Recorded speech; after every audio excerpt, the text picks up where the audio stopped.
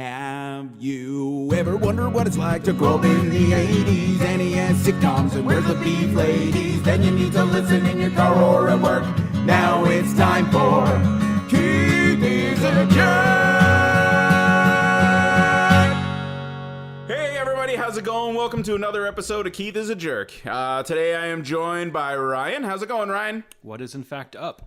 There, yeah, well, that's good. I've really dug myself a hole with this stupid fucking gimmick that we do. It's the one thing getting worse. I look forward to it every time we do this. Here's the incredible part: is nobody's fucking listening, so I'm under no obligation to keep doing it. But I feel boxed in. 20 of those hits are me listening for your intro every time. The best part is I can hear you sweating, like right before I'm about to introduce you. And of course we got Dave there. How's it going, Dave? Hello. Okay, so today we are talking about first jobs, just jobs in our youth. Teenage jobs. Shitty jobs. We'll call it that. Shitty jobs. That's a fair. I don't think there was a good teenage job, was there? No. I didn't know a single person. Oh, you know what? Actually, I fucking loved all my jobs. I've hated every job I've ever had. Yeah. Well, fuck. All right. I wasn't sure about this topic, but I think we're gonna be good here. Oh Christ! My year after I graduated college was just like... Hold on, that's your first job? That's teenage? No. But I'm just saying, I've had so many jobs. Like, my first year after college is just Were like you a 90s Doogie Howser? Why is I it? was. Okay, so you're 15. 15, and I did kind of the equivalent of a paper route. It was, did you guys in your towns have ad bags? It was like exactly what it sounds like. Yeah. You get some flyers, you get some free samples, and a bag that hangs on your door. Yeah, I get this shit now. I hate it. Do you? Okay, so my first, it seemed great. Like the guy talked to me. He's like, if you do X amount of, I wish I could remember the money, but if you do X amount of hour, you get like $11 an hour. And when you're 15, that sounds that's fucking good incredible. money. But what they don't tell you is, you got to deliver these things. I had my route. But you have to pack these things, which takes like 6 goddamn hours. So I did the math, and like even that, I'm making $2.50 an hour. Yeah. So, and then the breaking point. Did you really think bags of shit stuffed into people's door was paying $11 an hour? I did not do a market analysis before I took this job, Keith. I'm not gonna lie to you. My breaking point was 1 week. The giveaway was just individually wrapped Rice Krispie squares. Sure. And I'm a grown-ass man at this day. I still love me some fucking Rice Krispie squares. It is good. Yeah, it's true. So I just made the decision. And I'm like, I've been doing this a month. I've made no money. I'm like, I'm not delivering these. I'm just going to take them. I'm going to hide them in my closet. I'm going to wake up to a delicious Rice Krispie treat every morning. Mitch Hedberg had this great joke years ago, and it's kind of exactly how I felt. I'm like, he was delivering flyers. He's like, I have to give these to 500 people or one dumpster, basically. Right. So I delivered the these to one closet, and it sat in my closet, and totally got away with it. Like my paycheck came in my mailbox the next week, and I'm like, let's ride this train a little bit. And there was no interesting sample. I just threw it right in the fucking garbage, and I went out and played basketball, so my parents thought I was still busy. Check came on Monday. This went on for like a month. Wow. And then I get a note in my mailbox like, hey, Ryan, I'm Todd or whatever. I'm your new ad bag manager. Looking forward to working with you. And I'm so stupid and arrogant. I don't think to do the job for the new guy. Right. So I go out and just throw it in another garbage bin and stuff like that. And then he calls me on Monday. He's like, yeah, Ryan, I was just on your route. I didn't see any of the ad bags anywhere. Did you get around to do that? And the jig was up at that point. I had that moment where I'm like, I could lie, or I could just take my medicine, my free money, and just fuck off. And I just fucked off because I'm like, this job is too hard. Yeah, I don't feel like you were the first to do this. Oh, good Lord. No, Yeah. God, no. That should be the first thing they taught this guy on And you know what though, Ryan? Now being where I am in my life, I look at like the kids like you, and I'm like, they're heroes because I don't want that shit on my door. Seriously. Yeah. I'm grateful for people like you. They're milking the man for every dime they got, and then saying, yeah, whatever the fuck, you don't change my life either way if you fire me. Yep. And I don't get shit on my door, so God bless you. I did what I could, man. I did what I could. Yeah. Okay. So 15. Yeah. I think I got my first job. I think I told you guys I got my job in the summer between grade 6 and 7 with my dad's company. Or not my dad's company, but a friend of my dad's company. So I was going with him to Toronto every day. Mm-hmm. And at like 11 or 12 years old, whatever that is, that's way too early to be getting up and doing like the morning grind. Yeah. Oh my God. You know, like and watching my dad just dead. You know, like just a zombie just driving the car, and you're just like, oh Lord, what is gonna happen to me? Like, even if he played the Beatles, which he loves, he was still just like, yeah, I don't know, whatever. If this was a sitcom, that would be like the origin episode where Keith finds out why his dad is the way he is. Yeah, right. And nothing's the same. So it was this cool company, and they were a courier company, and they were awesome. They were really nice to me. I mean, I was just a little kid. They're not going to be shitty to me. And I used to do this thing called waybill sorting. So they would it was just a shit, you know, a job you give exactly a company guy's kid or something. And they, just one of these garbage old, you know, now it would be data entry, but I just used to take the thing, look for the name of the company, put it in a pile.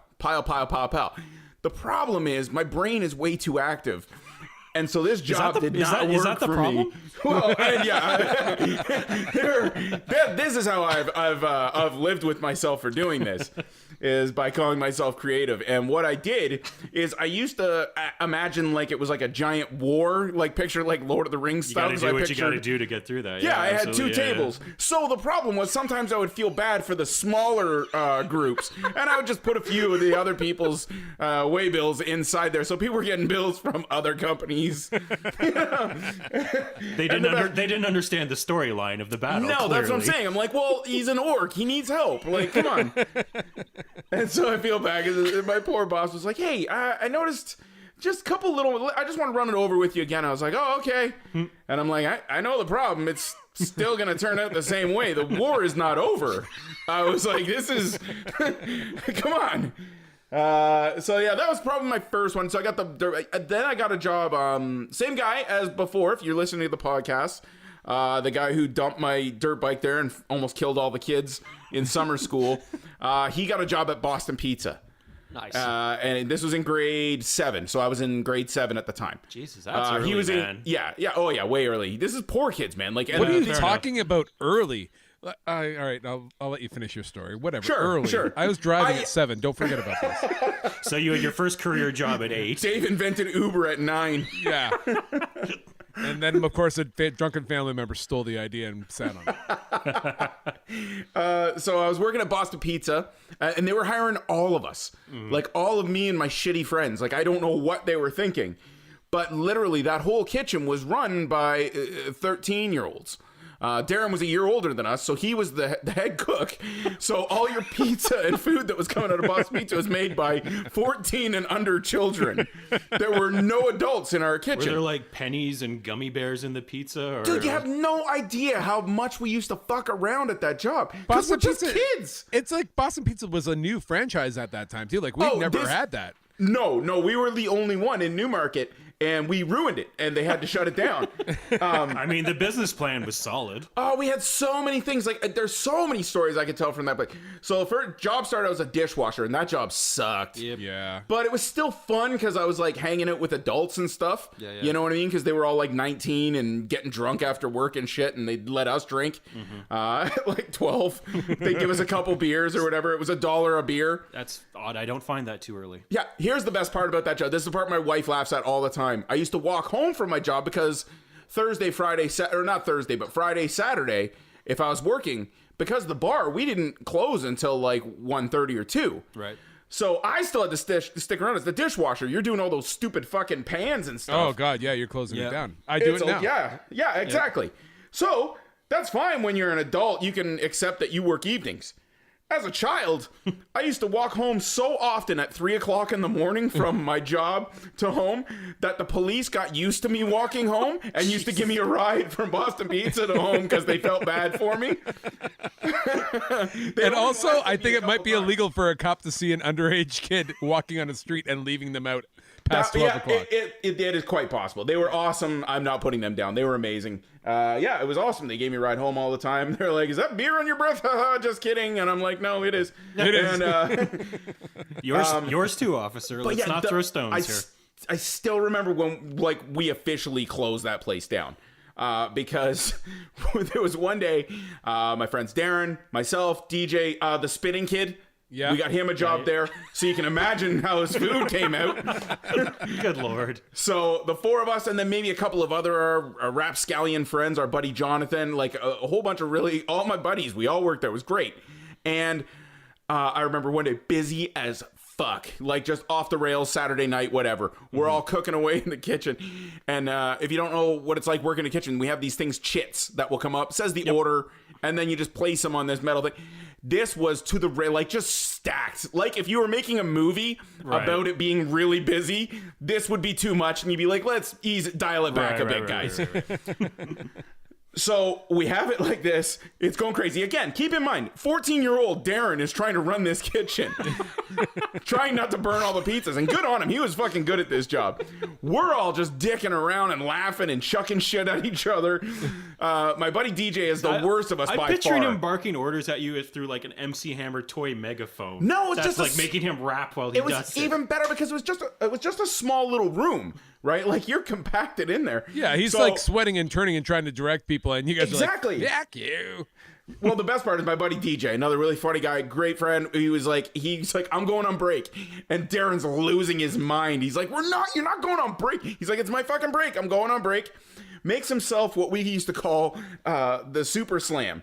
And so if you ever went to Boss Pizza, they had these giant pieces of garlic toast, like Texas toast, before anybody else. So it was like you take like 5 or 6 pieces of that, you put in meatballs in one section, you put like a whole lasagna in another, and you just slam it all together and make this giant sandwich. Because we were allowed to have a sandwich, right? That was our deal. Nice loophole. Yeah. So DJ, so picture this.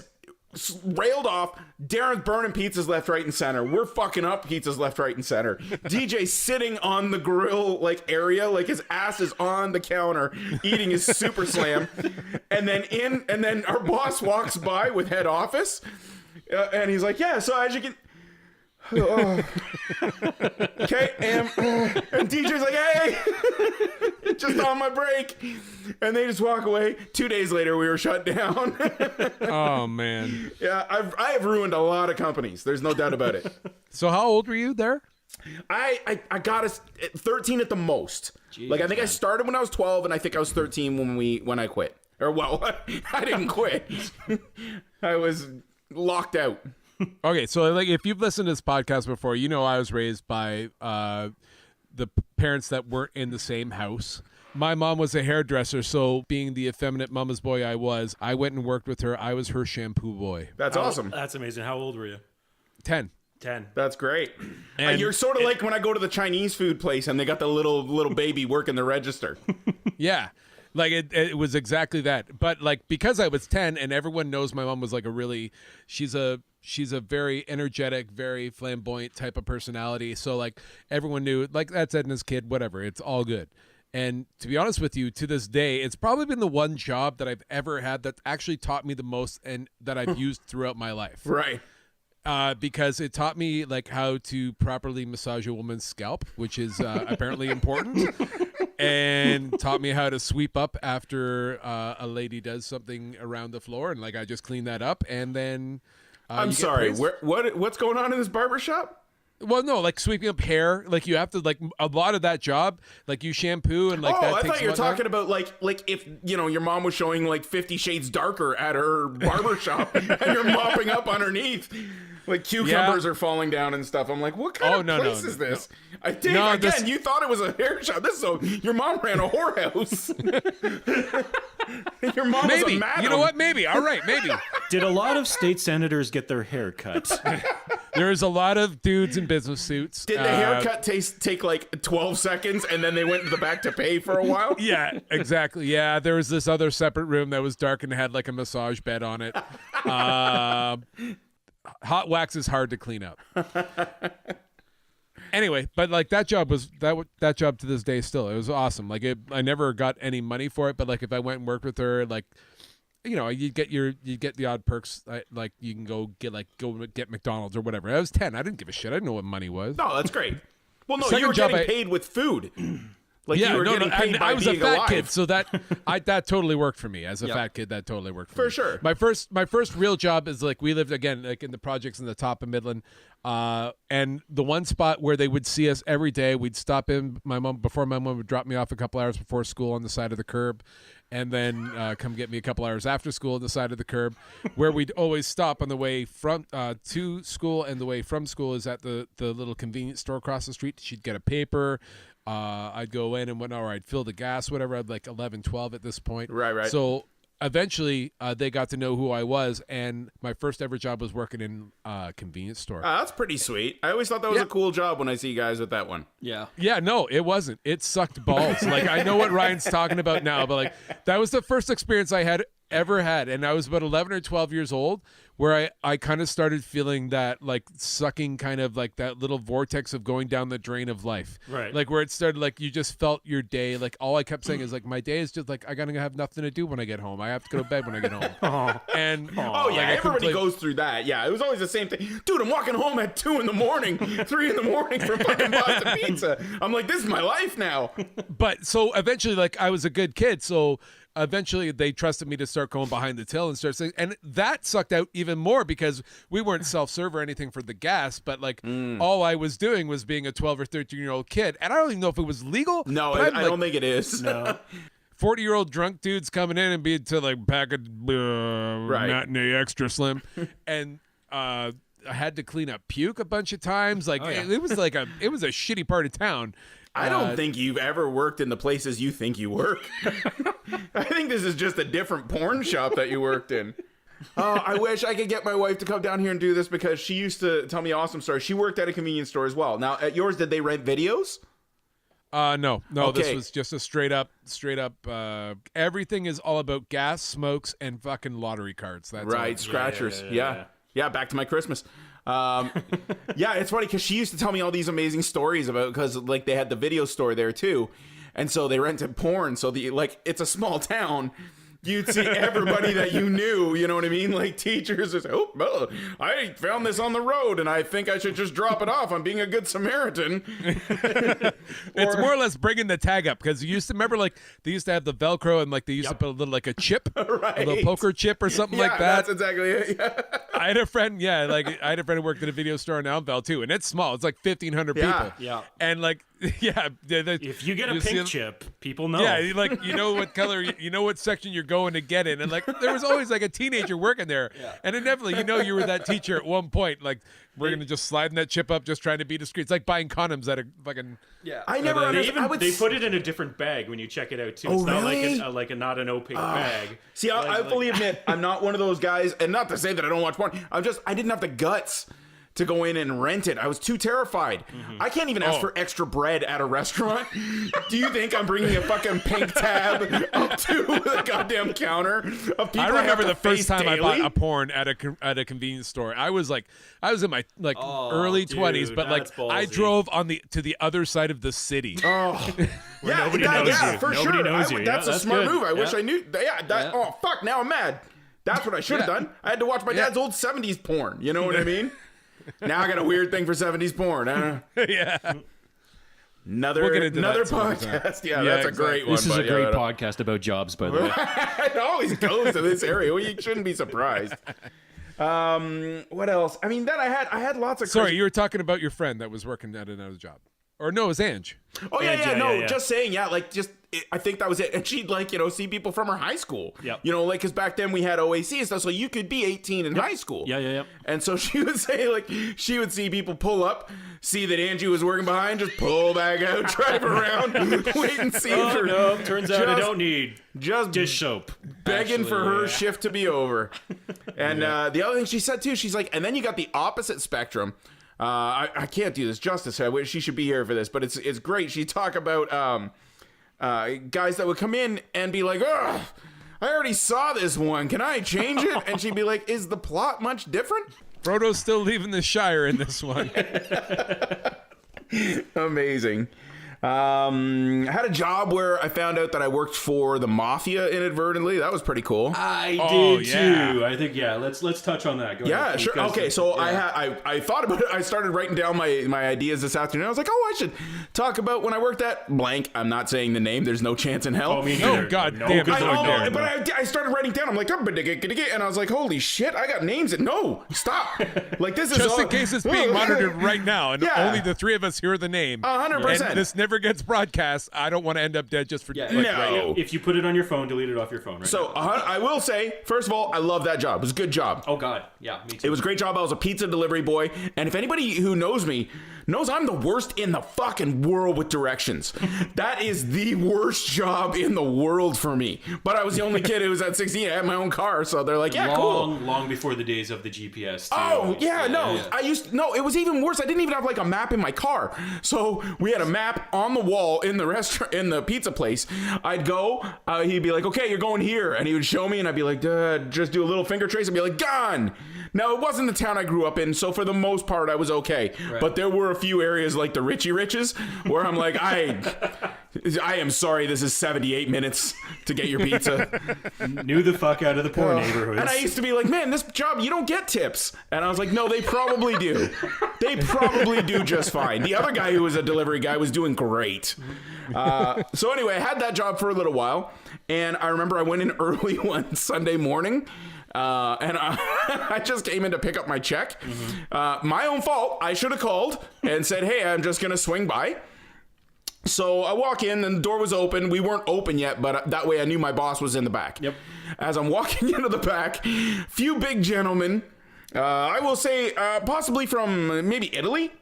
That we'll just say Mediterranean. Yeah, Mediterranean is yeah. Within that area, I would assume. You know, I don't want to be racist and judge it. Olive skin. Yeah, I think that was fair to say. Okay, all right. Adidas style, like full Adidas kind of track pants, like up jacket. So little Irish kid walks in. And all eyes just, oh, I don't know where, so again, I don't know where they're from, but I'm hearing a lot of this. And I'm like, oh, sorry, I'm just looking for blank, his name. And I'm like, oh, God. There is a mountain of cash on the back table. Like I'm nervous right now just talking. I'm sweating. I'm thinking about this. So there, and I'm talking like it's a huge pile. I've never seen that much money. And admittedly, this is all... It's burned into my head, but it's a blur because even at the time, I recognized what this was and I was terrified. Yeah. I've been in a crack house with guns everywhere and it was nowhere near as scared as this. Right. And they're like, oh, and so all of a sudden, hey, Bobby has just joined us. And come on over, buddy. So I get back there for Bob. A little bit of cardio. That was great. I love it. Just a little bit. Grab a seat, pal. I just joined out for a couple minutes. Yeah, that's good. Yeah, what's up, guys? Nothing. Talking about jobs, buddy. Terrible jobs. Oh. So let me finish out this one, then we'll get a quick story out of Bob, and then we'll let him get on his way. So I was just filling these guys in. I worked at a pizza place. Went in a Sunday. Walked into the back. Mountain of cash. Giant. I believe now that I'm talking to my friends, maybe Italian. I think that's maybe where they're from. Was it called front pizza? It's called laundry dough. And so I go back. Right away, my boss sees me and just zip lines. Like, this is a big fat man. And he was quick.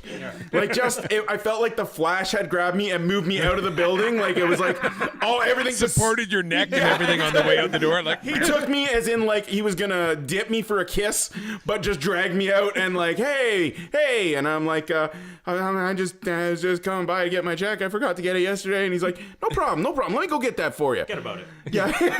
He may have said something like that. I don't know if that's a common thing. Again, I make no assumptions from where these gentlemen were from. He comes back with my check and he's like, hey, cool. So yeah, you're good. And I'm like, the whole time he's gone, 14, 15 seconds. Felt like 19 hours. Yeah. I was like, am I going to die? Like, should I be running right now? Yeah. Standing outside beside like 3 Lincoln Continentals.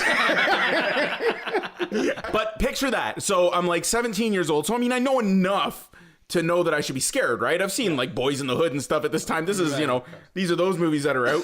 Goodfellas, not yet, I don't think. Goodfellas are out yet. So if I'd seen that, I'd have been off. Yeah. But so for that whole 10, 15 seconds that he's gone, I'm terrified and every scenario is going through my head. Yeah. Keep in mind, I'm also a little Karate Kid. I think I can maybe fight my way out of this if it comes to it. So did Ryan. These gonna gentlemen throw, are like, all easily 6'2", Little 300 pepperonis, pounds. like ninja stars. But actually, and that's what's worse. If it's fight or flight, I'm thinking flight because I'm mapping all of my ways that I can jump fences and get out You're of probably here. also wearing air flights at this point. Whatever the Goodfellas knockoff would have helped you a Jordans. lot because you might have like turned the other cheek and like, so what are you guys doing in here? Yeah. Oh my God, I could have made some money. Blend. That would have been incredible. Oh, my and God. then, Little Keith, go Irish shine my Keith. fucking shoes. Walking. You didn't see nothing. Okay, so guess what his sentence is? Comes out, gives me my check, and then he's like, "All right, cool, yeah, you're good, you're good. Hey." He's like, you know what that was, right?" And I'm like, I don't know. He's like, "All right, good boy. Okay, good boy. Boy. Good boy." Get outta here, you little Gives me the little slap on my face, yeah. And I'm like, I don't. Again, is that indicative of a certain nationality? That where people just say you're a good boy and slap your face a couple times. The word Sicilian My father-in-law kiss does comes it to into- me a lot, so yeah. Here's the best part: knowing that they know where I live. My thought was, I'm not going home if they just go and shoot up my house. Yeah, that's okay. I just won't be there. And no warnings, no You nothing. don't care if Uncle Owen and Aunt Peru are burning on the side. It's not a big deal for you. Keith is You're just holding- gonna wait it out. Keith is holding a check for $80, thinking about starting over, man. This is not a good week. You know what I mean? Like, so picture that. So because this is a Sunday, I don't think I worked again until Wednesday or Thursday, right? Because that's when you're busy nights.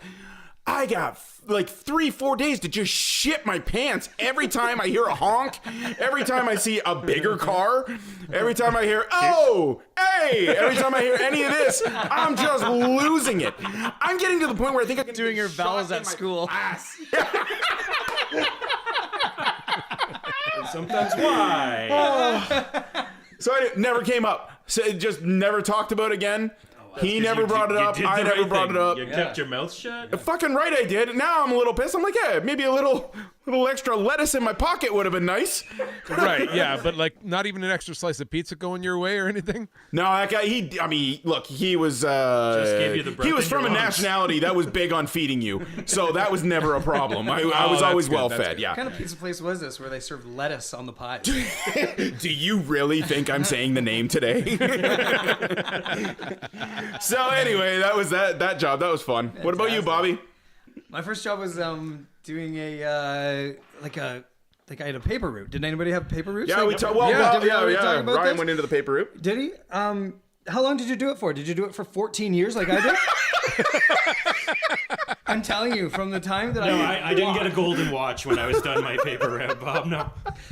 I was really hoping he was going to say he was a manager Like, I am- for those people who hand out the Bob's bags. still throwing out papers while he's playing his shows at the VA.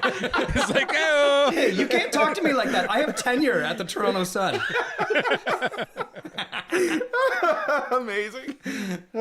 Every morning I would wake up and do these papers, and my dad would drive us around. Of course he would. Your dad's a good dad. He's amazing. Yeah. But the route was so big; it was massive. So we did it both in our old city that we used to live in. And then when we switched, and I was a little older, we found another big, massive route up here. Right? See, I kind of like that. I kind of like that your dad was both amazing, like the kind of guy who would help you pack them and drive you around, but also shitty enough to be like, no, take on more, Bob. It makes Take on more. It makes me wonder exactly how much money we had growing up because Right. they wouldn't let me quit. Right. I think all my money You was think going all those towards fucking toys were going- free, Bob? going towards all the toys. Your mom had to take a job at Toys R Us just to get a discount for your fucking greedy ass. Why do you think she just retired?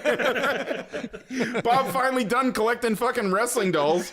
I was delivering papers in high school still, and my dad was driving me around, and I was still just crush hammered, like in the passenger seat, delivering these. Like I was wobbling up to these mailboxes, and the one day I was like, "Sorry, Dad, we got to pull over or whatever," and he's like, "What?" And I'm like, "We got to pull over right now," and I just harf into the nearest sewer. And I'm like, oh, I must have drank some bad orange juice. Meanwhile, I'm like, I'm 17 and I'm drinking screwdrivers. Right? Like, yeah, he was Good smarter thing than- your dad's some kind of idiot. Yeah, he was exactly. way smart. He's like, why? I gave him He's no smiling credit. the whole time you're doing it. Oh man, I gave him Good no job, credit. son. Pick up the fucking paper and go. Yeah, it was around that point where Yeah. our dad didn't want to deliver papers with me anymore. Right. And then The only difference between your dad and Keith and I's dad, I think, is that your dad legitimately knew what was going on, whereas our dads were like, "Yeah, I don't know. That must be bad orange juice or something." Yeah, me too. Do you have any more of that orange juice? So that's my first job story. I don't like. Yeah, it was terrible for the longest time. I hated doing. Yeah, paper stupid routes suck. It's not fun. I remember I had a similar thing to somebody who was like you, where he was going on vacation and he was like, I'll pay you $40 to do my row. I was like, whoa, one fucking yeah. day? 40? Yeah, I tried to do that many times. Yeah, I was like, fuck yeah, buddy. And I was Yeah, like, I got been there, it. done that for my Oh. cousin as well, Keith. Yeah, for sure. And that was the worst part, is he gave me this huge stack and he's like, okay, so the rest are at my house. And I was like, the rest?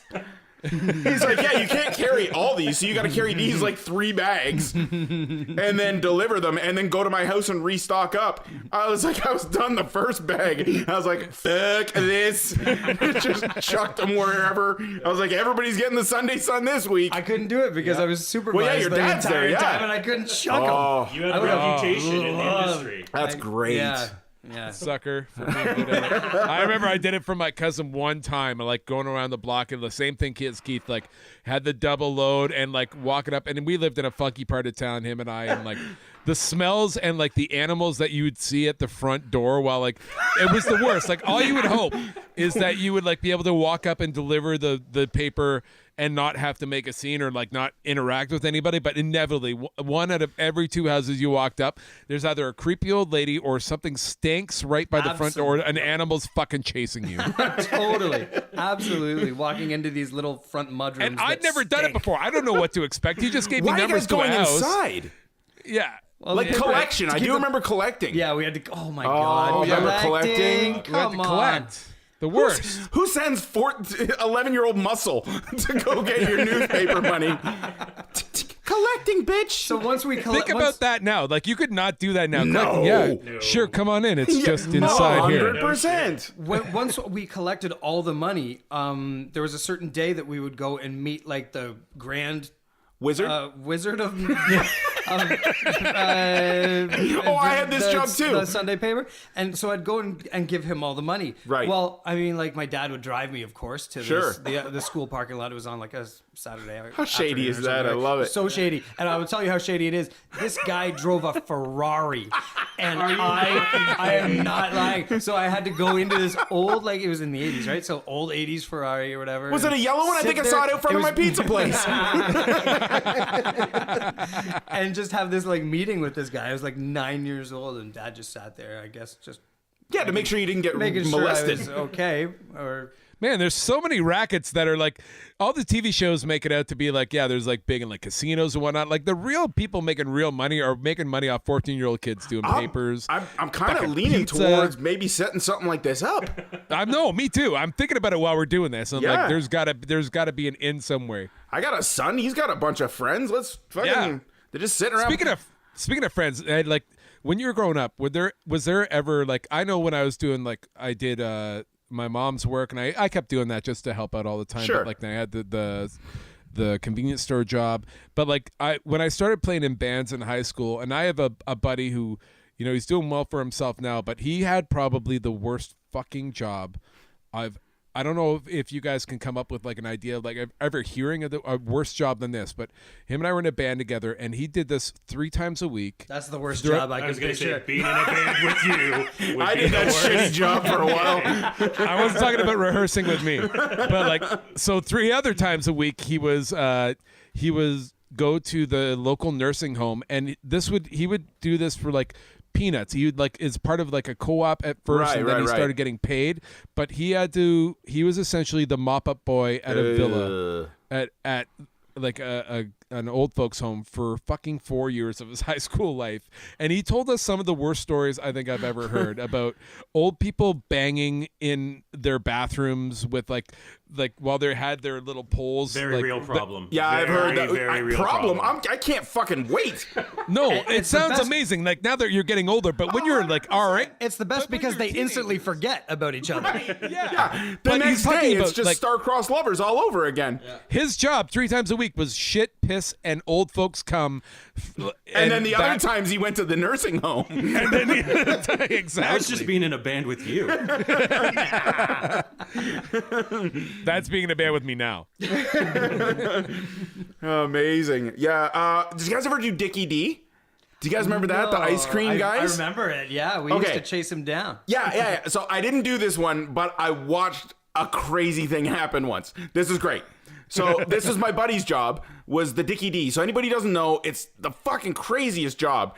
It's a bicycle. It's like a unicycle. It's a bicycle. I have nothing but with a- respect for these people as 100%. athletes. It's a bicycle with a freezer attached. And then you have to ride this around town. Now, if you're real lucky, you get the umbrella to kill your wind resistance and just make it even worse.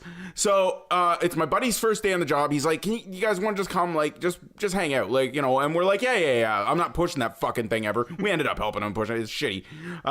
So these kids. Big fucking freezer on the front It's too. You're right. huge, It's man. It's honestly, I'm gonna guess that the thing would have to weigh what, like at least 600-700 pounds, Yeah. Not because it's also filled with ice cream. and not designed for wind resistance either. It's No. like- No, and not it's- designed to slow down when you're going down a big hill. Here we go.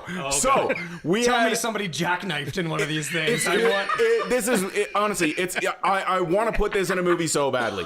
So this kid, hey, fuck it, I'll say his name's Jeff. Is he's riding his thing, sees a bunch of kids, waving him down. The same you do with strippers is to get them prepared, right? Like they've got him on the side with their dollar, waving it. right. Jeff's like, all right, hold on, I'm gonna go back now.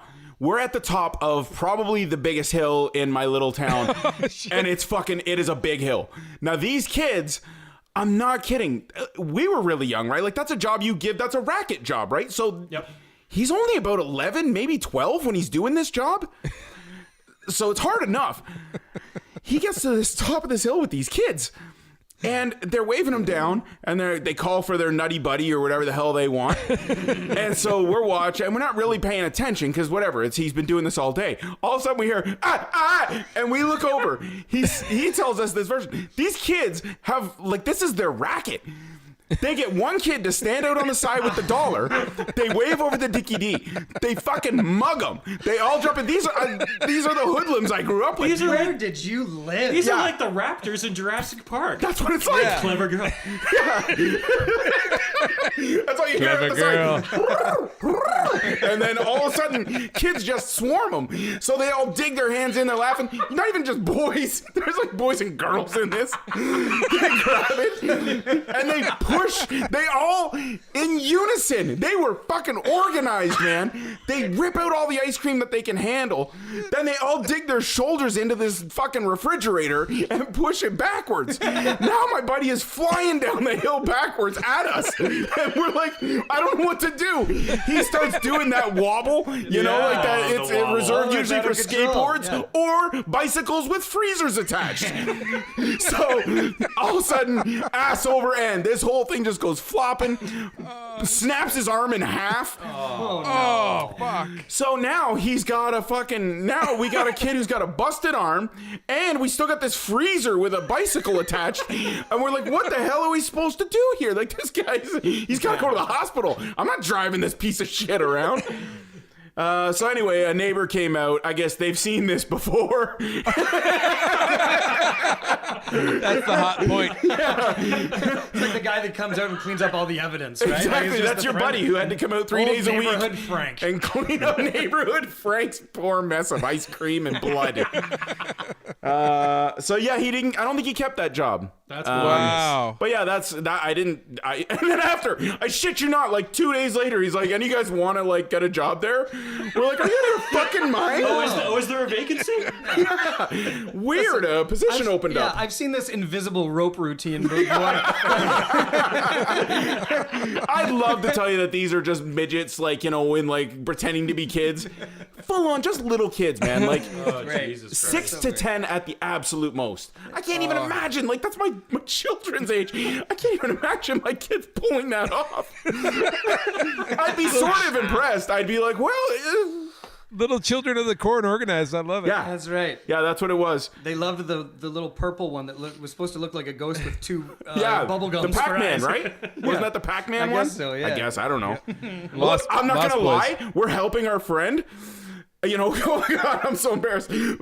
So we're helping him up. His arm is like literally snapped in half, like doing that dangle, right? Like a fucking clock pendulum. Right. And so, exactly. Ryan's got a broken hand. It's the same thing. Not that bad. So this poor, mom who's seen this before is walking him into her house.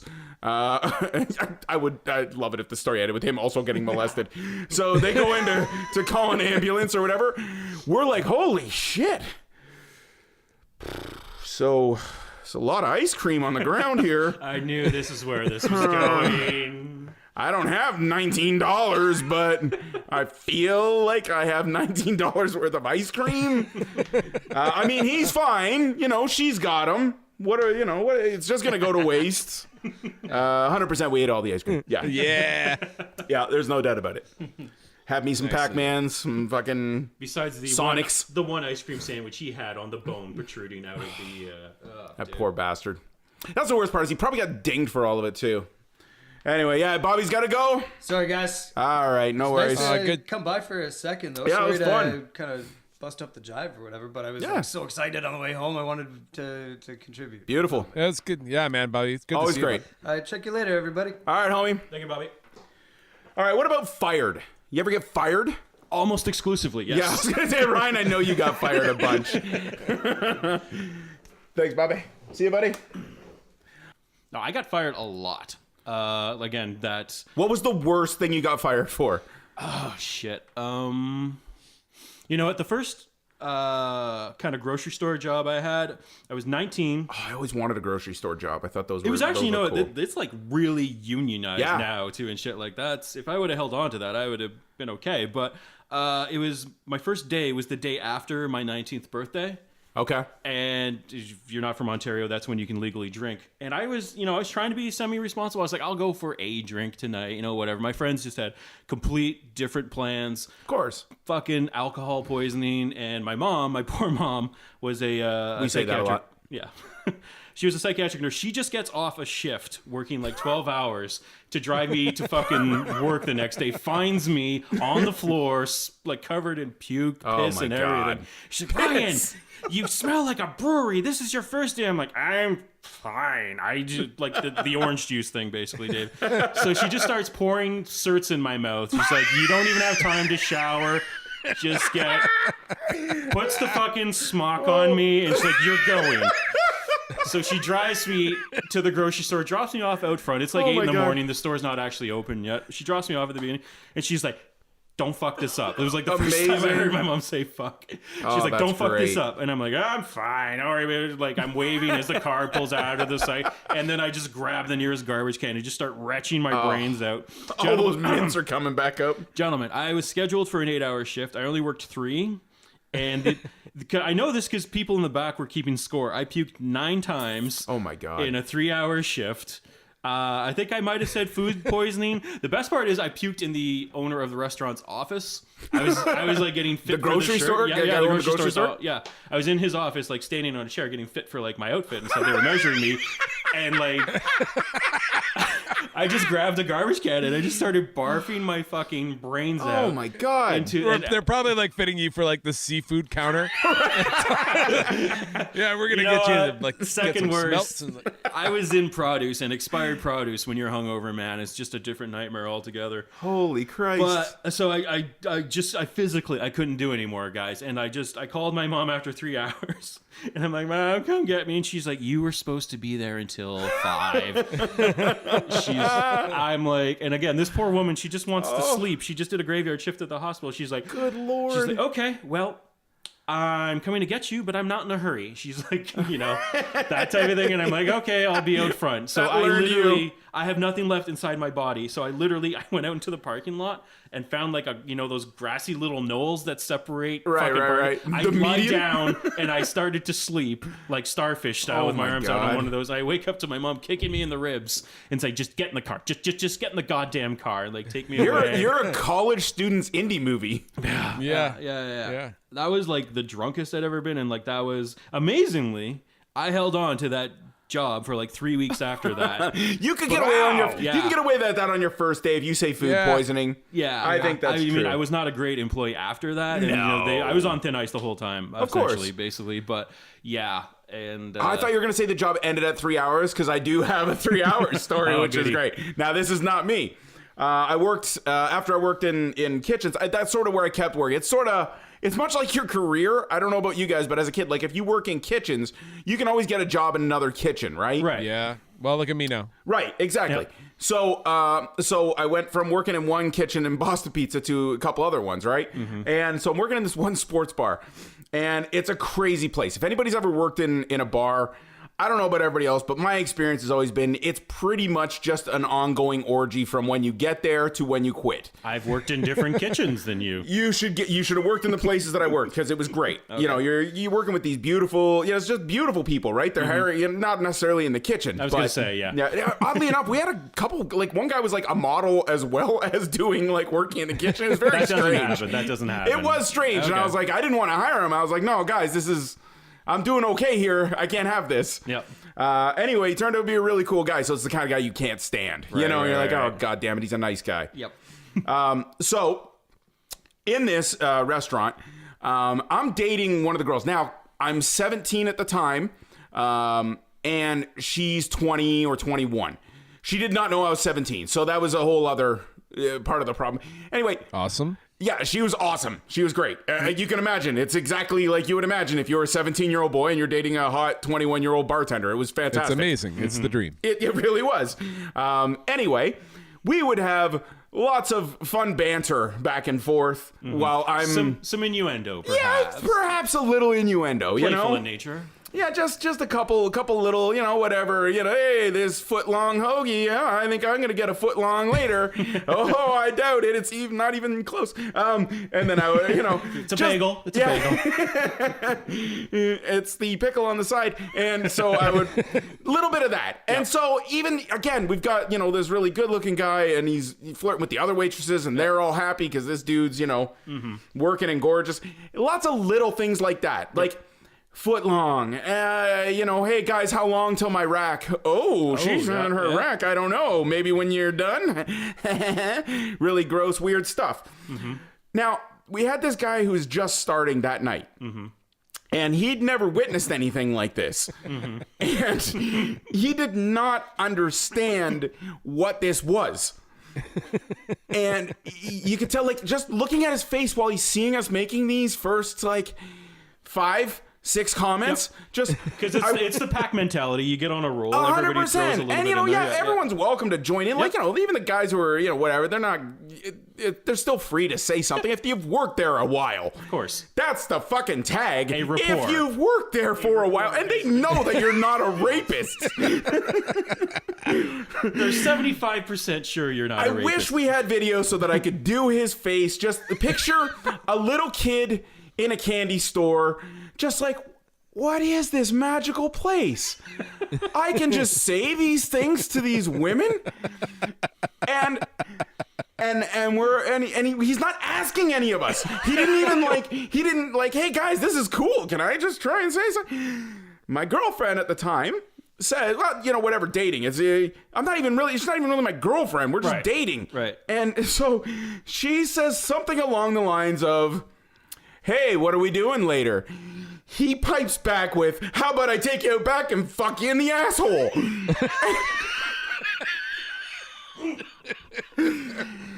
I was like, oh no. Oh, God. If there was a radio playing in the back of the kitchen, the radio stopped suddenly. I went out. I ran across the road to the record player store, bought a record player and a record, brought it back, set it all up, put on the record just so I could go. It was mental, and everything stopped. And I'm like, I don't know what I'm supposed to do in this situation. I'm like, whoa, dude. And now here's the thing. This girl's 21, she's bartender. This is a feisty girl. Oh yeah. Yeah, she is not having this. This is a 21-year-old hot bartender. She's used to old guys. Yep. She's like, what did you say to me? Oh god, that's. And he was like, I was just like, everyone was. I did the thing that you did. He just. You said foot long. And she's like, you said you want to take me out back and fuck me in my asshole? And he was like, is that what I don't. So much was said. I couldn't keep was that track you, of. Keith? Did you say? I thought Keith said. And I'm like, no, dude, no. No. I'm 17 and I can't ask for extra bread in a restaurant. I'm not saying that. No. I'm like, this is I'm like, you gotta go now. Yeah. And he's like, so, and then everybody's just standing there. No one knows what to do. Like, there's still orders and stuff. We're trying to, and then the best part is the other guy, the model guy's like, he's kind of dating her too. So, and he's like, oh. And we're sitting there and we're like, I'm like, all right, let's just keep working. Like, I don't know what to do. My girlfriend stormed off at this point. I'm like, I gotta go talk to her in a minute. Won the lottery there because like you're such a sweet guy, but like in that situation, and you've got a mixed martial arts background too. Yeah, look, this poor guy just made the very you read wrongest the decision. chips, right? Like, it's just like there's this weird thing in restaurants because I work in restaurants all my life as well. I'm like, I know exactly what you're talking about. The moment that line gets crossed, everything just goes. And like the air gets sucked into the building, and you just know that someone's like stepped on a kitten or something like that. Exactly. And so then so we keep working, and he's just kind of got his head down, and we're like, all right, cool, man. Like, let's just try to move on. Let's just, we'll chalk it up as a bad decision, and apologize to her later. It'll be fine. And so we keep working, and we're like, hey, can you just run to the back, get the cheese bin or something like that, right? We're out of shredded cheese. Okay. Goes out of the back, get the cheese bin, and it's like 5 minutes. I'm like, where the fuck is the cheese bin? His apron and everything is just at the back door. The best part is we had like a chef, jacket or whatever that goes with it, and an apron. It's just at the back. So he left shirtless. So he just walked out the back door shirtless because his shirt and stuff was still in the. So he left his jeans and his shirt. A decision was made. So somewhere in that night in Newmarket, a gentleman who was probably 18 or 19 was walking around in a pair of those black and white checkered chef pants and no shirt, and he didn't have a car, so he was just a strolling gentleman that evening. There are some great initiations when it comes to like newbies when it comes into kitchens. Kitchens are a hard place to get into. Yeah. Like we used to get, new kids, like especially bussers and like not. Yeah. We get them to do air samples where like they have to jump, like they have to do a 10-foot sample, a 5-foot sample, and like a 1-foot sample, and they have to collect them in like just a plastic bag so that we can analyze the air later on, and then. We make them go across the street. Like everyone's always like, "Can you go to the other restaurant across the street?" And like, we needed some blue steam for the steam table. And one of my favorites still is like, we have escargot at the restaurant that I work at. So I always make the new kids put on like rubber gloves and like grab a stick and like some like safety goggles. I put them like there's ditches outside by where I work. And I make the kids go down and like check snails. Well, no. I get them to check the escargot traps, but they have to be careful because they're like these kids don't know what escargot are, right? So like careful, like once you get your hand in there, like check them out, see how many are in there, count them out, and like bring any like big ones in. But like they're nippy, so wear the gloves and like have a stick in case one starts going crazy on you. So like these kids walk out. Checking for escargots. That's fantastic. We used to do the ice count in the like cube count at the end of the night. Oh yeah, go to the ice machine. Be like, you're doing you're restocking. You marry the ketchups, you do all that shit, and you're like, whoever's new, you're like, yeah, you're on cube count. Sorry, man. And like, okay, cool. What's that? Picture the same sort of stupid kid, but just not knowing. You're like, yeah, we got to make sure that there's enough ice, and it can't be too much, or it freezes over. So you got to go do a quick cube count. And they're like, okay, and they'll just head into the back and start counting ice cubes, and just sheets of ice cubes are falling down all the time, right? And sometimes you'll forget that you sent somebody on that, Oh, that happens to me all the time. Yeah, it's the and then you're like, oh, sorry, this was a quick joke. Dave pulls his card in and sees the kid out front with a stick looking at the escargot traps. Like, oh, sorry. I gotta tell my boss I'm Here's the legit thing. responsible for the 3 hours overtime. We can only pay you till 9. Sorry. Hey, bud. Yeah. Any luck out there? You find any yet? Okay. Fuck, I loved working in bars, man. That was those were my carefree years. Like I didn't have much. I went to an animation college, so Yeah. the frats weren't what you were about what you'd expect. There's nothing going on. Like there's no raging keggers for animators. So those were all my college years. They were great. Was just working in restaurants and bars and stuff. I worked in 2 kitchens. One was a Kelsey's, and I kind of envy you guys for spending so much time in food service because like it's such a polar, like people who legitimately know what they're doing and just the worst fuck ups you can possibly imagine. Like the fact that I was a decent employee shows you like how bad a lot of the fuck ups are at Kelsey's, and like I was in the dish pit, which is where you stick the fuck ups most of the time. So there's this one guy. Considering every first interview you ever had, you were usually your mom picked you up 3 hours later. And you're drunk. Grass on my face. Food poisoning every time. So I was there for about a month and a half, and again, you guys know through working in the restaurant how quick the turnaround is on the average dishwasher's for sure. career. So I'm there a month, but I still had to like train 3 fucking new guys. Yeah. I was the Bob of the dish pit. So You're always training your replacement in the dish. basically, yeah. The worst fuck up I had to train is like he seemed immediately off, like immediately. Like he was 16. Did he tell the person that he wanted to take her back and fuck her in the asshole? But the thing that I'm going to tell you is not what he got fired for. He did get fired for making the girls uncomfortable. Oh my God. It was just immediately. I think it was leering. You know what I mean? Like Right. that's bad when you get a complaint about leering. But Right. anyway, so I train him, and then Like the old big eyes, like just looking through the eyebrows at people. yeah. And just the lean to both side to side and still staring. Do you need someone to walk you to your car? And just the low hum. No, you do. You do. The low hum. So I train him the night. He shadows me, and then the next night I work, and my manager brings me into the office. He's like, Ryan, did you train Terry last night? And I'm like, yeah. Is there problems? Like, question, did you train him how to call in sick? And I'm like, no. And like, he's a funny guy, so he precious play on the voicemail that he gets. This fucking guy I trained called into work late because his wife had the flesh-eating bacteria.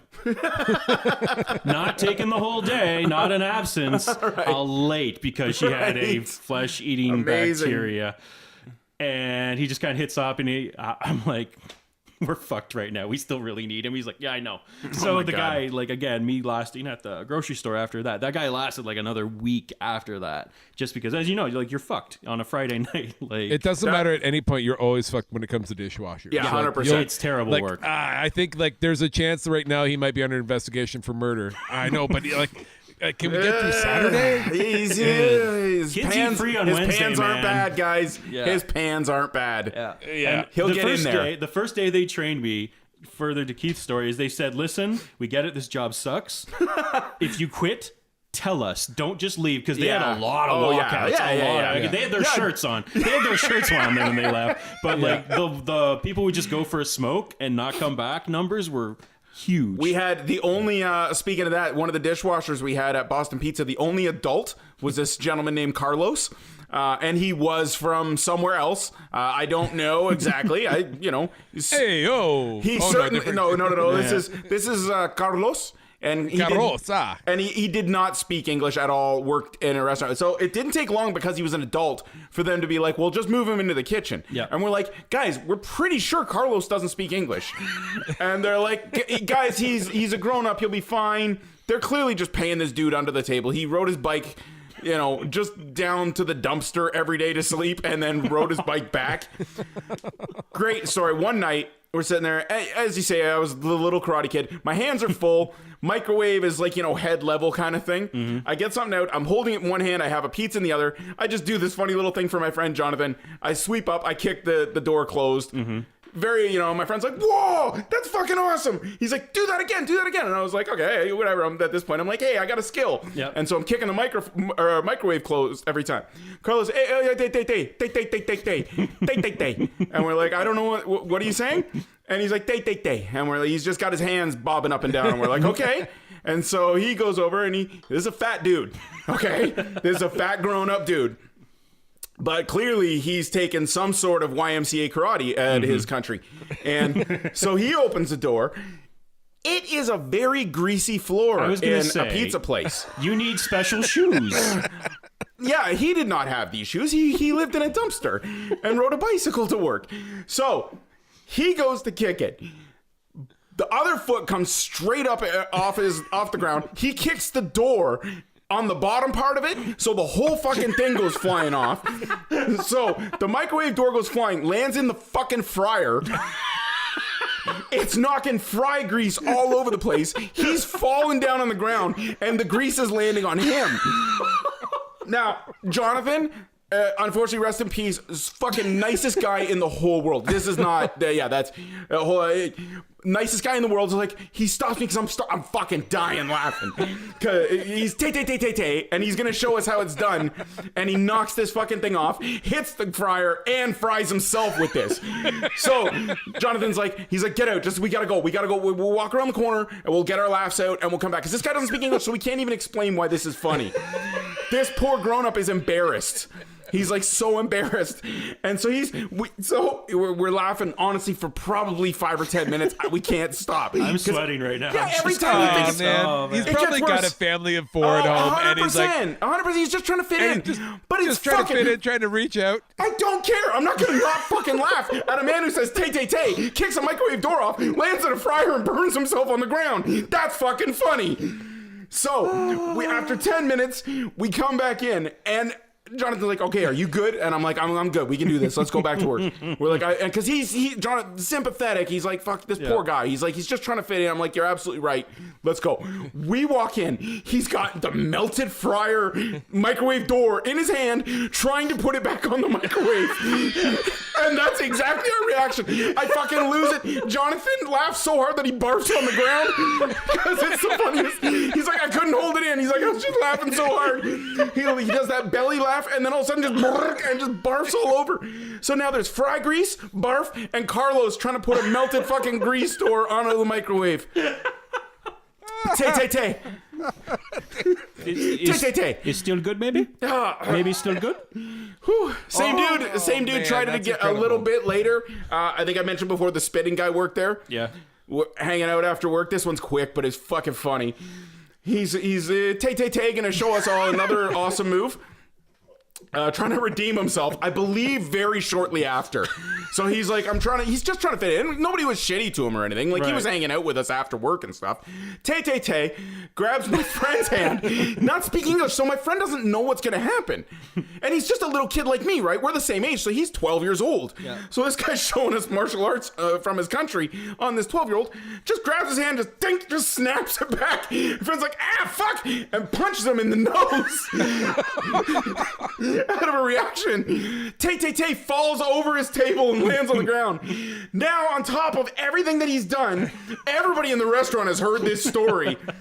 And he's trying to redeem himself and gets almost knocked unconscious by a 12-year-old kid. And I think that was the last time that we saw Carlos. Oh, man. Yeah, that's amazing. It was pretty funny. It was a good time. I worked at Pepsi, delivering Pepsi, which was kind of awesome. I was That still sounds the pretty fat good, kid. yeah. Mm-hmm. Like, I was on the truck, so I like a lot of it. Like, I used to go up and do northern trips where I was like, but I was still kind of chubby, like my first year of college and like in that summer. And so I was constantly definitely like I guarantee you now looking back, I was the fat kid that all the drivers kind of made fun about. Like, like running with my car to Pepsi, Lowest just trying to keep up. self-esteem I've ever Maybe heard. we should get him to deliver Diet Pepsi. Maybe what do you think, guys? Yeah, I was on the right side of the cart where like the water and the Diet Pepsi and Dave, all the we're juices halfway were. through our delivery. Can you get to the other side of the truck to even us out, please? And then, but one of my favorite things to do, I don't know, I had a little bit of time off where I didn't have a job at one of the summers, but like always going and exploiting my friends that actually were good workers and like worked at I had a buddy Gavin that worked at a Burger King, and Oh, nice. he worked at the this Burger King was kind of on the outskirts of town, and like once a month every summer. There was this field party that was out, like you could walk like 20 minutes out of town and then get shit-faced, walk all the way back. And then Gavin was always on the late shift. So we would always exploit it where like we'd go walk up to the Burger King drive-thru and like go up and, welcome to Burger King, and like, Gavin! And just start yelling at him.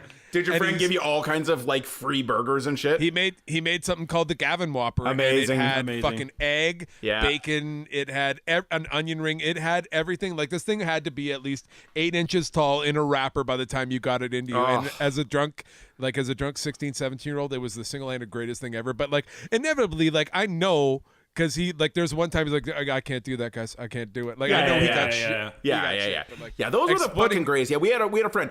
Her deal was, she was awesome. This girl, Karen, she was like, okay, you just got to order something. You know, so you're just like, okay, I'll take a cheeseburger and a Coke. And you're like, and she's like, okay. And, you know, it's like, she'd come back. She had like 14 Big Macs in a fucking bag for us. Like 9 filet of fish. Just the most food we could carry. It was awesome. It's the best. I love, that was another great thing too, is exploiting your friends' good jobs. Oh yeah. Yeah. Because, amazing. you know, like, and same guys- thing. I worked, like, I was a doorman at 17. You know Yeah, what I mean? yeah, So yeah. again, Oh, God, as the That's a lot of Karate power. Kid, That's it a was lot phenomenal. of So all my power, friends, I'm yeah. like, guys, I'll let any of you in. You just have to show me some kind of fucking ID that's somewhat close. Yep. Just, Right, yeah, just in the ballpark. If you show me that, I'll let you in. I don't give a fuck. I'm fine. Because even my boss doesn't care. He's Yeah. like, whatever. I No, can he's- prove that they showed me. Fuck Yep. them. I don't know why that place shut down. But my other friend, so You were 8 at the time. so payback for that was my friend had the job I wanted forever. He worked at a movie theater. Oh no. That was the job. I mean, obviously, I went into movies. Movies are my life. I just wanted to work in a fucking movie theater, and I could not get in. But one of my best friends growing up, that was his job from like 14 on. And so it was amazing. Every time I go to pick him up, I could just go see whatever movie I wanted. So that was the start of, you know what I mean? Like, I saw every single movie in the movie theater. Like anything. Like I remember one time, I think I watched Ghost like 14 times because it was just in the thing. I was like, yeah, I'll sit in on that again. Yep. I watched everything. Fried green tomatoes. I'm like, yeah, sure, that sounds cool. I'm like, whatever. It's not fucking ninjas or Jean-Claude Van Damme, but let's see what happens. I can remember we had the friend who had the late night shift at Subway. And remember, you guys go back a little bit. They had to get rid of this policy for this reason. There was the stamps. They don't do the stamps anymore. Right, because right. They Oh just, yeah. they did really shitty job fucking tracking this clearly because Right. they would just give us, you know, things sheet after sheet after sheet after sheet of fucking stamps. It wasn't until afterwards, well, you know, everybody moves on and stuff like that, not working. I went to the Subway the first time. I'm like, this shit's expensive. I've never actually had to pay for a sub in my life. This is speaking of that, like, I $12, remember- man. I remember we used to go there for a lunch, but like I used to go like half guys, half girls, and there's always there's this cute girl that always used to go with us, and like she paid for her sub in front of me, and the guy like across the counter, like I guess like he went to high school too, and we all knew him, but he like I watch him, and he's like, yeah, 1, 2, 3, 4, 5, like he gives her pretty much almost a full cart of stamps, and then like I go up and I pay for my sub right beside. He's like, hey Dave, yeah, good to see you, punk. Yeah, good to see you, Dave. She got your stamps. Yeah. What? Like you just gave her? He's like, and like that was it. He's like, I'll give you one more for your breasts. Dink. So going back to like the worst job ever, like what you were fired for. I was never really fired for a job, but like I guess the second year I came back from college, I had I had a laboring job. I had a job where I was actually a ginormous like I was my first laboring job. So it's like their first real man's job. My dad knew a guy who owned like a masonry company, so like we're talking brick and mortar, okay, and like Right. cinder blocks and mortar, and like I'd never done it before, so like there's guys that they're really good, they're good layers, Sure. and like so I'm the bitch that's like shoveling, making mortar, running fucking barrels, huffing it up the scaffold and whatnot. It fucking sucked. That Hardest sounds job. bad. That sounds God, terrible. Good God, yeah. Hardest job I've ever had in my life. But like I had an ethic to it, so I tried my very hardest, and like they could tell I was giving an effort. I had a guy push me off a scaffold, just thought it was funny. Like literally some old crazy guy. I got up there with the thing and he's like, dude, this is fucking slop. And he kind of gave me a push off the side of the head, and I fell like good 8-10 feet onto the ground. Boom. I thought at first it was just a joke and like he's pushing me and like they're gonna catch me. Right before he pushes you, he's like, tay, off the side you go. So off I go, and This is some sort of initiation. They're gonna trust fall catch you. I remember it was within my first week. So at first I kind of thought halfway through my fall, I was like, this isn't really happening, and I fucking fall on the ground, and I'm like, all right, that was a fucking sign of like you're a fucking shit laborer. Like make my mortar better. Oh, that's great. And like the one guy, you were the Carlos. You can tell. He's like he's the Undertaker throwing mankind off the top of the fucking cell. Like that's So you amazing. can kind of tell, like you could tell it by the guy, like he was a mean, gruff guy, but even the big eyes he had when I fell down, he was like, I did not fucking push you that hard. Like I don't know if I was just tired or whatnot, but like he threw me off the scaffold, and everyone else kind of looking and just quiet, and I just went back and started making more mortar, and no one said shit. And anyway, so my boss used to drive me back and forth to work, and like I was always a little drinker, but I was kind of a good kid. But like when you work with these men, these are hard men. And my dad's a cop, and at the time I was living with my dad and my little brother, and so I was 18, 19, something like that, and it was the first time I ever got so fucked up on weed that I couldn't really talk because he's driving home and these guys are smoking joints and I don't smoke at all, and so I take like a couple big hits and I'm trying to keep up and just do exactly what they're doing no matter what, because I've already been thrown off a fucking scaffold.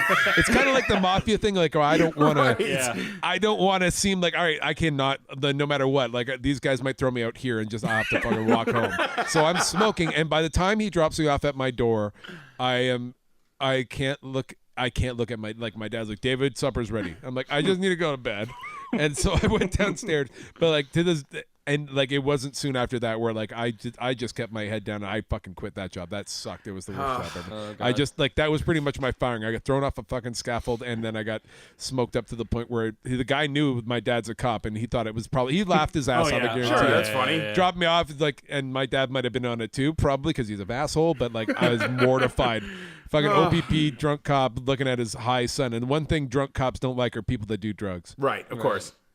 So speaking of that, I had a similar, not that I didn't get thrown off a scaffold. When I was in college, so the one thing I will say about going to college, I lived in a college, my college was in a college town, so there's like 2 or 3 of them. Yep. And nearby. So there are a plethora of attractive young girls. Mm-hmm. I could, even with all my experience, I was a manager in a restaurant at that point. I was a waiter, a bartender. I could not get those jobs. Like, that was my plan. I was like, oh, I've got tons of experience. I'll just go 10 bars somewhere. Could not find anything anywhere. Super desperate for work. And my buddy's like, I saw an ad in the thing. He's like, it just says they need a doorman. I'm like, fuck, I don't love doing door, but whatever. It's fine. Couple nights a week. So I go in, it's a Wednesday. It's a strip club. And so I'm like, uh-oh. And it's like, it's a dive strip club too. Right. Like this is, like I'm talking like C-section strippers. And dear. Well, it's a Wednesday. So to be fair, I mean, where are they going to go? So anyway, first day, I'm like, okay, well, all right. It can't be that bad. Like it's fine.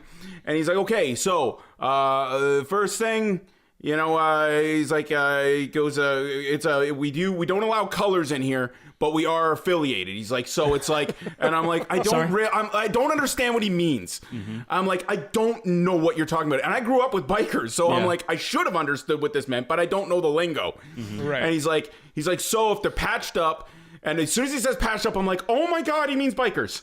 I'm like, I'm working in a biker strip club, like a biker-owned strip club. And I'm like, oh my fucking God. And I can't leave. What am I going to do? Now I'm Tay. I'm standing in the fucking... I'm like, okay. I'm like, cool. Yeah, this is normal. And so he goes, okay, so... He goes, most of the guys, they'll always take off the colors. Everybody's respectful. Nobody's a dick. He's like, he goes, so here's the deal.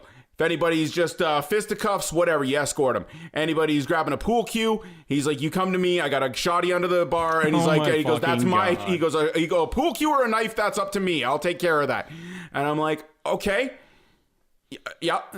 And I'm just like, this is okay. I was like, people are going to have like knives and guns and stuff. I was like, I'm not used to this at all. And so Wednesday night, and that's my first shift. So I'm just there and I have to work. Like I got the interview that said like, they know they're just probably the same thing as dishwashers. Yep. You know, You just need a body. yeah. Yeah. And so they're like, the only thing, just hands off the girls. And I'm like, no problem. I actually prided myself as a doorman. I was a good doorman because I was much better just as a cooler. Like you say, I know how to handle myself, but I'm a nice guy. I can just talk to you and tell you to just simmer down. You know what I mean? Yep. It's so much easier than hitting someone. And so people don't understand that. For people who don't get into fights, if you get into fights, it fucking hurts to fight. It doesn't matter if you win or lose. Your hands will get fucked up. Yep. Yeah. So anyway, that's always been my goal. And now I'm working in a bike-owned strip club. And so first night, everybody's super nice. I'm like, The most okay, you know likely what? scenario is not the you won and hurt your hand fight. Oh no, in this I'm not worried situation. about my hands at this point. Yeah, no. No. So first shift, amazing. Awesome. And it's good money too. I think I was getting like 150 a night back then, you know, like just a cash under the table. I was going to assume cash. It was yeah. it was pretty good. Wasn't bearer bonds? No, it wasn't. It wasn't. And he was like, hey, and after work, if you have a car, the girls often like to get rides home just for safety, and they'll usually shoot you another $50. So I was like, Oh fuck. God. I was like, yeah. I'm like, amazing. This sounds perfectly innocent and awesome. So first shift, no problems. Everything is great. Couple of the guys who I guess were the bikers that own the place, they didn't come in with their colors or anything like that. Everybody was cool, respectful. Nobody put a hand on the girls or anything like that.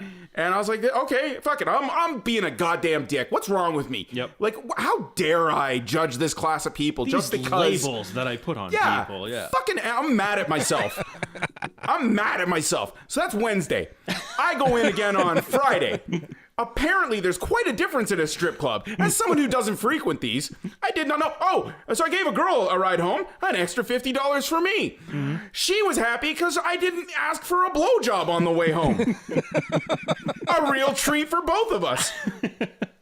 And so I'm looking forward to Friday. This is going to be great. I can make $150 for the night. Maybe I can give a couple girls a If ride there's home. one thing you're really good at is not getting blown. So if you can get $50 every time that happens. That other guy from the restaurant he might have been able to use that line and it might have gone okay. I don't know. So Friday comes.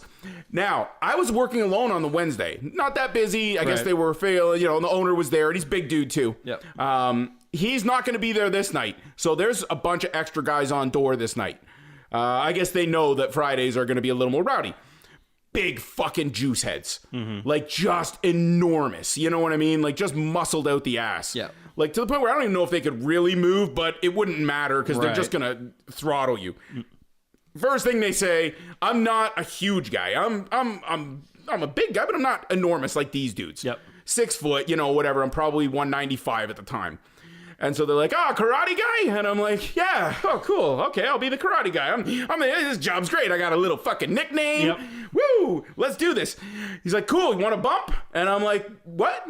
They all start doing blow before their shift. All the doormen get railed off coke. I'm like, no, Tay, I do not need this. And so they're like, cool, all right. They got their one guy who's their version of fucking Patrick Swayze. He's the head guy. You just follow my lead. And I'm like, okay. So I'm like, this is gonna be sweet. It's gonna be like Wednesday. Not like Wednesday. I'm standing off to the side. I'm really just supposed to almost shadow this night, right? Just watch how it goes. Couple college kids in there getting a little frisky. One guy literally just taking his $1, $5, whatever, just tries to put it in her G-string. And I did not know that this wasn't allowed. I thought that's how they put it in. Right. So he puts it in, and then he just runs his hand down her leg. Now, admittedly, I find this gross, but I find it gross in general. Yeah. I did not know if this was against the rules. That was a line. Yeah. It's Yeah. very Right. blurry. This is, I'm not 100% sure. My instinct is I'm going to go over to this guy. I'm going to calm it down before it gets going. This is my level-headed attitude towards working door. As I take 2 steps over, my plan is, okay, these guys aren't going to do shit. They're just college kids. I'm going to be like, hey, guys, we're not going to put our hands on the girls. Let's be realistic about this, okay? That's a person. I didn't get to say any of that. One of the giant meatheads runs up and just rams his body into the back of this kid, and his head just smashes against the stage because they're at the perv row thing there. Right. And his buddies just, they back up. The other doormen don't care that they back up. They just slam everybody out of the way. Now, they grab this guy. They move him out like it was like a fucking coked up SEAL Team 6 moving a Osama out the back. So they're like, come on, we're going to show you. And I'm like, holy fuck, what is going on? I'm like, I just want, does anyone need a ride home? I'll give someone a ride home. I was like, and so we go to the back, and they're like, this is what we do. And he kicks open the door and chucks this poor fucking kid down not like if you know, a huge flight of stairs, like it's not Rocky level, but there's some metal stairs out the back of this place. Oh. They chuck this kid, like he rolls down these stairs. And they're like, and he's like, that's it. That's all we do. They touch him, you throw him. And I was like, okay. Yeah. Got it. I'm totally cool with this. I'm honest. I'm for sure crying. I just don't know if they can see. And so end of that night, my boss was like, hey, karate, come on in. And I'm like, cool. I'm like, he's like, hey, payday. So he gives me $150. He's like, you think this job's for you? I was like, no, sir, I do not. Oh, God, that's your best case scenario. Yeah, he's like, where are you going to school? I'm like, I'm an animator at Sheridan. He's like, good for you. Good for you. The cartoons. All right, here, go do some more cartoons. Throws me another $150. Aww. He's like, well, we'll call it a night. Yeah, yeah, cool, good for him. I just witnessed maybe a murder. That's I'm not the 100% nicest sure. ending that story could have had. I was actually picturing a scenario where they bring him out back, and they got him by the arms, and they're tuning him up, and then they look at you like, and then they look at you. All right, new guy, new guy, karate. It's like that scene in Karate Kid when they're holding him against the fence. Yeah, this poor guy's wearing a shower costume. Oh fuck. Yeah, so that was a fun 2-day shift. That's as good as that could have ended, man. It was. I honestly, I went back to my roommate. My roommate was like my best friend. He's like, how'd it go? I was like, it's fucking really bad. I was like, but I got some money. I was like, we can eat some food now. I was like, it's gonna be fine, man. It's gonna be fine. I just got paid $300 to not get blown and not fight. I don't talk. You might be the best doorman in history. You didn't rape any strippers. You just gave them right home, and you lasted 2 days. I was completely oblivious to how life works in strip clubs. That might be the happiest ending to a podcast we've ever had. Yeah, well, I think that, let's end on that. Anything else, Ryan? I don't want to touch it. We're in a good place. Yeah, Dave, were you ever a pimp or anything? No, man, I'm really happy with your not getting. It was good. It was a good ending to a very shit-filled pants job. Well, even though the story was in the seediest and probably the lowest life form place in the world, you were a ray of sunshine. It's got this feel-good ending where you kick up your heels as you're leaving the strip club. Like, life's going to be okay. I don't know how the guy who got thrown out of the place's story ended. I feel like his podcast doesn't end on a high note.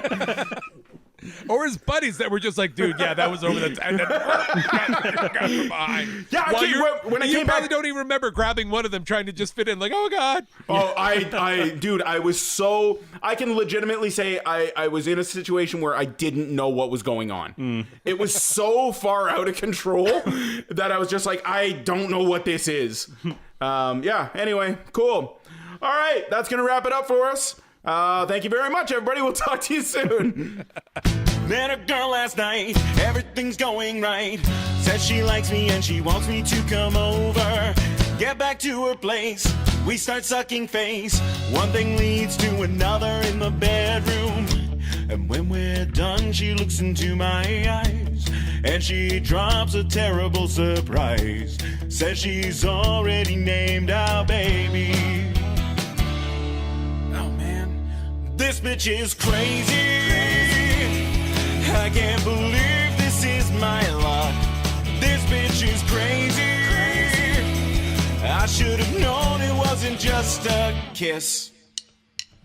Log on Facebook, checked her update. In quotations, I just met my soulmate. Sends a million texts about our wedding day. Says she bought a ring. LOL, is that okay? I'm freaking out, what am I going to do? So I sat her down and did what I knew. I said I'm sorry, but I think we're through. And That bitch went crazy, throwing everything in sight. That bitch went crazy. He said, baby, this is our first fight. That bitch is crazy. Seriously, I'm not kidding, I had to move away. That bitch is crazy. The scar on my head